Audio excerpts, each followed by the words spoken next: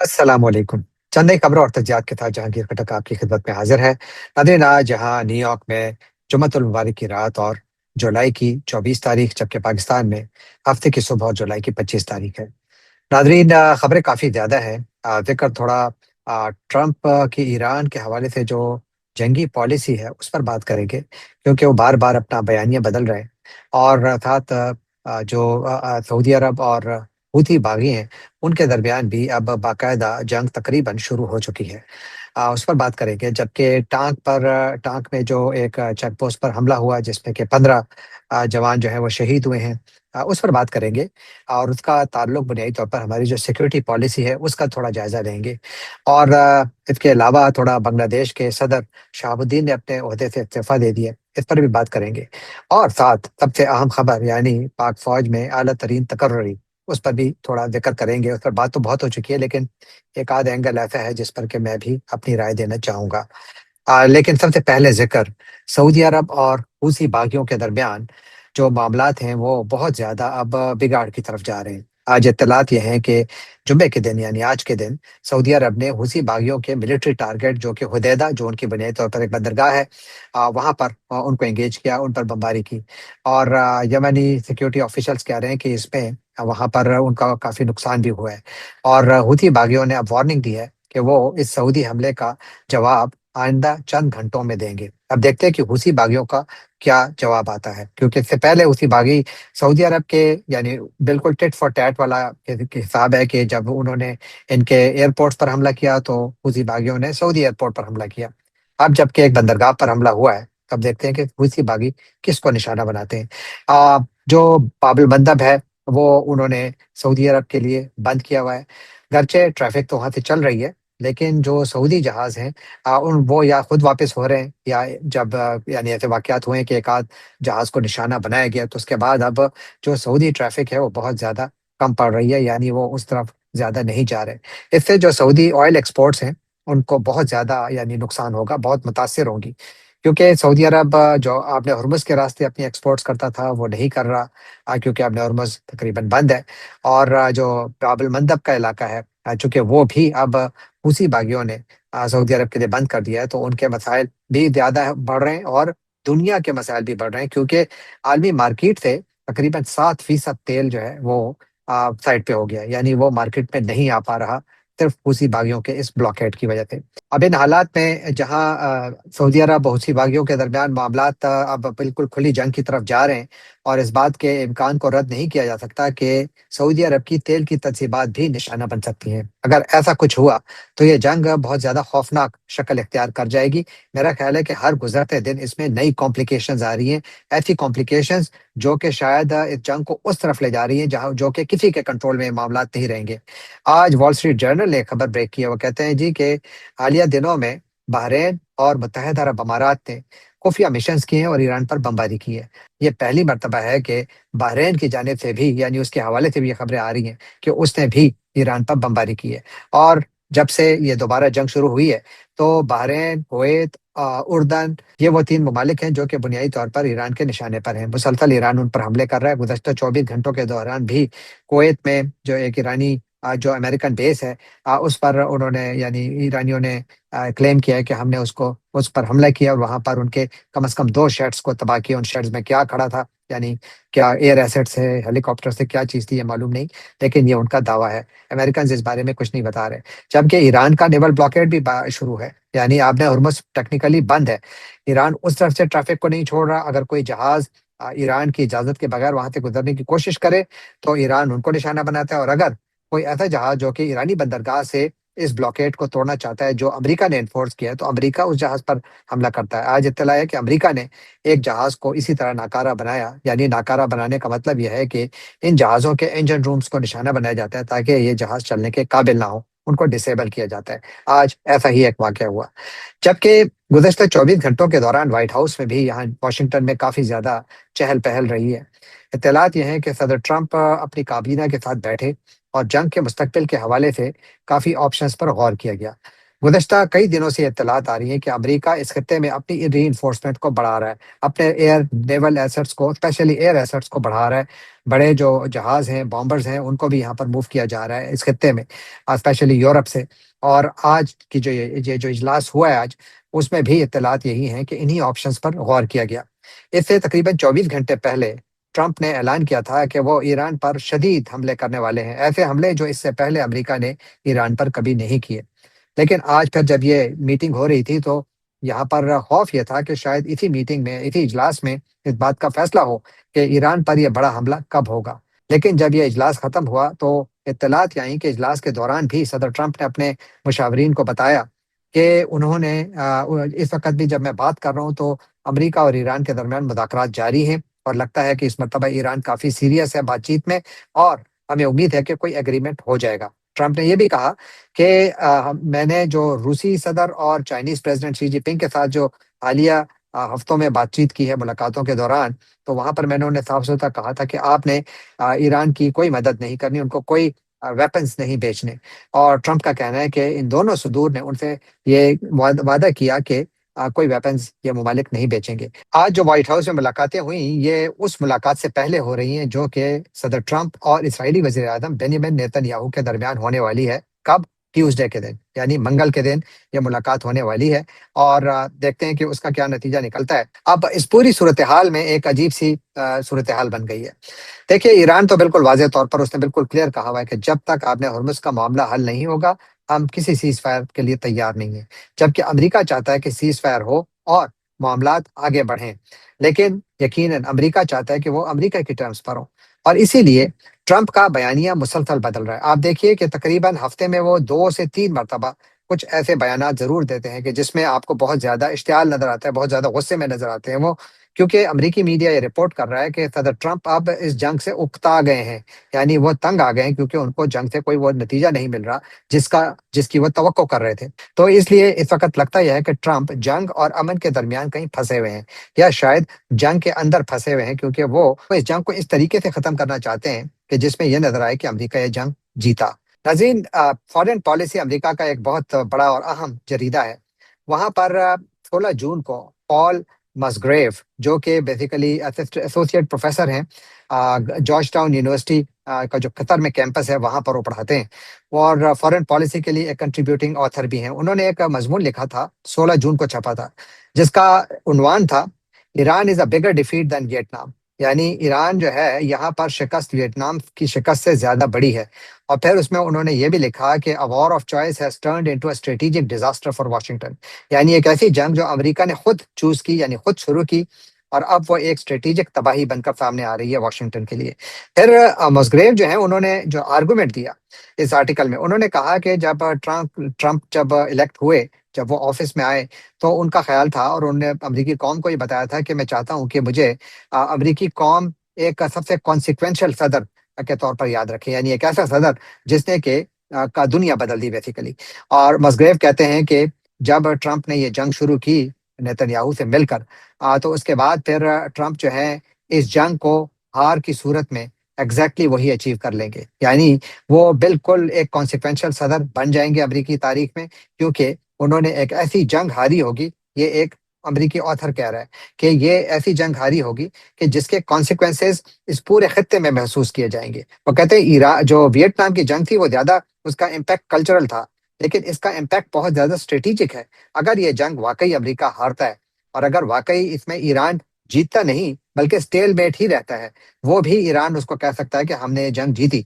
तो इस पे बकौल इस अमेरिकी ऑथर के ईरान को जो है फायदा ज्यादा होगा और अमेरिका ज्यादा कमजोर पावर के तौर पर निकलेगा, बावजूद इसके कि सबसे बड़ी ताकत इंसानी तारीख में, इतनी बड़ी फौजी ताकत आज तक इंसानी तारीख ने नहीं देखी जितनी बड़ी आज अमेरिका है। 780 बेसेस हैं अमेरिका की 80 ममालिक में, और दुनिया की सबसे बड़ी फौज, 1500 अरब डॉलर का दिफाई बजट, यानी आप पूरी दुनिया का बजट एक जगह कर लें तो वो भी अमेरिका के बजट से कम है। तो अमेरिका इतनी बड़ी कुव्वत है, लेकिन उसके बावजूद ईरान में लगता है कि मामलात काफी बिगड़ गए हैं। इसीलिए प्रोफेसर मस्ग्रेव कहते हैं कि ये अमेरिका के लिए एक बहुत बड़ी स्ट्रेटेजिक तबाही है।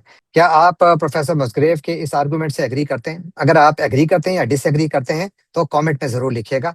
अब चलते हैं अगली खबर की जानिब, और वो पाक फ़ौज में आला तरीन तकर्री। यानी जैसा कि सबको मालूम है कि लेफ्टिनेंट जनरल सैयद आमिर रज़ा को 4 स्टार जनरल बना दिया गया है। वो पाकिस्तानी तारीख के पहले कमांडर हैं नेशनल स्ट्रेटेजिक कमांड के। जो जो नई स्ट्रेटेजिक कमांड बनाई गई थी, ये 27वीं आईनी तरमीम के तहत जो नया ओहदा क्रिएट किया गया था सीडीएफ का, तो उसके साथ फिर ये ओहदा भी बनाया गया था, जो chairman joint chiefs of staff committee का ओहदा है उसको ख़त्म करके। तो बहुत बड़ी तकर्री है। इनके कंट्रोल में पाकिस्तान के तमाम स्ट्रेटेजिक एसेट्स होंगे, जिनमें न्यूक्लियर एसेट्स भी शामिल हैं। जनरल रजा इस वक्त जीएचक्यू में चीफ ऑफ जनरल स्टाफ के ओहदे पर काम कर रहे हैं, लेकिन जब ये नई कमान संभालेंगे तो ये फील्ड मार्शल आसिम मुनीर के बाद पाक फौज के ताकतवर तरीन जर्नैल होंगे, और पाकिस्तान के, जैसे मैंने अर्ज किया, स्ट्रेटेजिक एसेट्स को ये कमांड करेंगे। जनरल रजा के हवाले से दो चीजें बहुत अहम है। एक ये कि फील्ड मार्शल आसिम मुनीर की जगह की तरह वो भी सैयद हैं, और दूसरा ये कि ये भी ओटीएस यानी ऑफिसर्स ट्रेनिंग स्कूल के ग्रेजुएट हैं, जो कि अब बंद हो चुका है। ऑफिसर्स ट्रेनिंग स्कूल के graduate field marshal Asim Munir भी हैं। तो गोया दोनों पाकिस्तान फौज की जो आला तरीन कमान है, वो इस वक्त ओटीएस के ऑफिसर्स के हाथ में है। और जो मेरा ख्याल है कि तारीख शायद कई हवालों से अपने आप को दोहराए, किस हद तक दोहराएगी उसका भी मैं जिक्र करता हूँ। लेकिन इस प्रमोशन से कम अज कम 7 जो दूसरे जनरल्स हैं वो सुपरसीड हो गए, यानी वो इनसे सीनियर थे और उनको यानी आगे प्रमोशन नहीं दी गई, बल्कि इनको आगे प्रमोट किया गया। जो जनरल्स सुपरसीड हुए उनमें lieutenant general Inam Haider Malik, lieutenant general Fayyaz Hussain Shah, lieutenant general Nauman Zakaria, lieutenant general Mohammad Zafar Iqbal, lieutenant general Ehsan Gulzar और लेफ्टिनेंट जनरल शाहिद इम्तियाज। जबकि लेफ्टिनेंट जनरल आसिम मलिक भी जो है सीनियर मोस्ट हैं, बल्कि वो तो एक्सटेंशन पर हैं और इस वक्त आईएसआई के सरबराह हैं और पाकिस्तान के नेशनल सिक्योरिटी एडवाइजर भी हैं। अगर मैं तारीख में जाऊं तो यानी ओटीएस के ऑफिसर्स पाकिस्तान मिलिट्री की कमान इससे पहले भी कर चुके हैं। यानी जनरल जियाउल हक ओटीएस से ग्रेजुएट थे, और फिर जब जियाउल हक ताकत में आए, यानी जब वो फुल फ्लैश डिक्टेटर बने, तो उन्होंने अपने कमान के नीचे तमाम ओटीएस के ऑफिसर्स को काफी प्रमोट किया। यानी जनरल सवार खान, जो कि एक 4 स्टार जनरल थे, वो भी ओटीएस से ग्रेजुएट हुए थे, और इसके साथ उनके बहुत क्लोज कॉन्फिडेंट थे जनरल खालिद महमूद आरिफ, वो भी 4 स्टार जनरल थे और वो भी ओटीएस के ग्रेजुएट थे। और इसी तरह लेफ्टिनेंट जनरल फैज अली चिश्ती, जो कि काफी यानी पाकिस्तान की तारीख में उनका बड़ा नाम जो है बड़े अच्छे अल्फाज में याद नहीं किया जाता, वो भी ओटीएस के ग्रेजुएट थे। और जो जनरल्स को सुपरसीड करने की बात है, तो वो जनरल मुशर्रफ ने भी किया था। उन्होंने कोई 37 मेजर जनरल्स को जो है सुपरसीड किया था, और उससे पहले जियाउल हक के दौर में भी हुआ है। तो ये, और फिर बाजवा के दौर में भी जनरल्स को सुपरसीड किया गया है। तो जहां पर बात मेरिट की आती है, तो यकीनन जनरल रजा को किसी मेरिट ही की बुनियाद पर प्रमोट किया गया होगा। लेकिन वो लेफ्टिनेंट जनरल्स जो कि इनसे ज्यादा सीनियर थे, क्या वो मेरिट पर उस सीनियरिटी की हद तक नहीं पहुंचे थे? ये बड़ा सवाल है। लेकिन बहरहाल अब वो देखते हैं कि इनमें से कौन से जनरल्स पाक फौज की जो ट्रेडिशन है उसको फॉलो करते हुए फौज से रिटायरमेंट लेते हैं। अभी आने वाले दिन में मालूम हो जाएगा। एक और चीज जिसको देखना होगा वो ये कि जो बहुत सारे, चूंकि ये एक प्रमोशन हुई है, तो इसके बाद अब फौज में लगता है कि काफी प्रमोशंस होंगी, क्योंकि गुज़श्ता 20 माह में कोई भी मेजर जनरल से लेफ्टिनेंट जनरल की प्रमोशन हमने नहीं देखी। अब इत्तलात ये हैं कि शायद काफी बड़े पैमाने पर प्रमोशंस हों। अब देखते ये हैं कि जो नए जनरल्स प्रमोट होंगे, जो जनरल्स मेजर जनरल से लेफ्टिनेंट जनरल बनेंगे, तो इनमें कितने सारे ओटीएस से ताल्लुक रखते हैं, ये भी देखना होगा। लेकिन ओवरऑल ये अपॉइंटमेंट पाकिस्तान के लिए बहुत ज्यादा अहम है, पाकिस्तान की नेशनल सिक्योरिटी के लिए बहुत ज्यादा अहम है। और देखना ये भी होगा कि इसके नतीजे में पाकिस्तान की जो इंटरनल सिक्योरिटी है उसकी क्या सूरत हाल बनती है। तो देखते हैं कि इसका ओवरऑल पाकिस्तान की नेशनल सिक्योरिटी की स्ट्रेटजी पर क्या असर आता है, क्योंकि अब तक पाकिस्तान की जो नेशनल सिक्योरिटी स्ट्रेटजी है वो खासी नाकाम रही है। यानी आप नंबर्स देखें या आप हालात देखें, तो आपको हर जगह एक ही चीज नजर आती है, और वो नाकामी। नाकामी इस तरीके से कि देखिए, यानी अगर आप नंबर्स को देखें तो वहां पर नाकामी नजर आती है, अगर आप बयानिए को देखें तो हर तरफ कामयाबियां नजर आती हैं। तो इट डिपेंड्स ऑन आप क्या चूज करना चाहते हैं। जो नंबर्स है वो हकीकत है, जो बयानिया है वो बयानिया है। उससे इत्तेफाक भी किया जा सकता है, इख्तलाफ भी किया जा सकता है। देखिए, जो टांक में हुआ कुछ घंटे पहले, जहां पर के 15 हमारे जो जवान थे वो बीच में शहीद हुए, 12 हमलावर बीच में मारे गए, वहां पर जो तरीका अपनाया गया, जिस तरीके से हमला किया गया, यानी एक सुसाइड बॉम्बर आता है पहले میں وہ اپنی گاڑی کو ٹکراتا ہے ایک اسٹرکچر سے، اور اس کے بعد پھر دہشت گرد اندر داخل ہوتے ہیں. تو یہ ایک اب ٹیمپلیٹ بن گیا ہے ان حملوں کا، اور ابھی تک ہم کوئی ایسا توڑ اس کا نہیں نکال سکے کہ اس قسم کے حملوں کو آخر کیسے روکا جائے. آئی ایس پی آر کا کہنا ہے کہ حملہ فتنۃ الخوارج یعنی ٹی ٹی پی نے کیا. کہتے ہیں کہ پہلے انہوں نے یہ جو چیک پوسٹ تھی، جو جوائنٹ پولیس اور آرمی کی چیک پوسٹ تھی، اس کے آؤٹر پیرامیٹرز کو بریچ کرنے کی کوشش کی گئی دہشت گردوں کی جانب سے، اور ان کو مار بھگایا گیا، اور اس میں ان کے 12 دہشت گردوں کو ہلاک کیا گیا. اور اس کے بعد پھر ایک گاڑی آئی جس میں کہ بارود بھرا ہوا تھا، اور اس بارود بھری ہوئی گاڑی نے جو ہے جو اس بلڈنگ کا سٹرکچر تھا اس کے ایک حصے کو مکمل طور پر تباہ کر دیا، اور 15 جو سپاہی تھے وہ بیچ میں شہید ہو گئے. لیکن اس کے بعد پھر فوج نے دوسرا آپریشن کیا اور وہاں سے دہشت گردوں کو بھگا دیا، اور پھر وہی بیانیے جو ہم ہمیشہ سنتے ہیں. اور ہمیشہ سوالات بھی وہی ہیں، لیکن سوالات سے پہلے میں کچھ پیٹرنز کی طرف اشارہ کرنا چاہتا ہوں. دیکھیے، گزشتہ ہفتے فوج نے کہا کہ 24 دہشت گردوں کو بنو میں ہلاک کر دیا 24 گھنٹوں میں. اس سے پہلے مئی میں اطلاع آئی کہ جی وہاں پر فتح خیل میں پولیس چیک پوسٹ پر حملہ ہوا، اور وہاں پر 15 پولیس والے شہید ہوئے. اور دونوں واقعات میں، یعنی جو بنو میں ہوا اور پھر جو فتح خیل میں ہوا، جو بنو کا نواحی علاقہ ہے، وہاں پر دونوں جگہوں پر جو ہے یہ وہیکل بورن بامبس تھے، یعنی کہ خودکش بمبار تھے جو گاڑی میں آئے اور اپنی گاڑیوں کو انہوں نے اڑایا، اور اس کے بعد پھر حملہ شروع ہوا.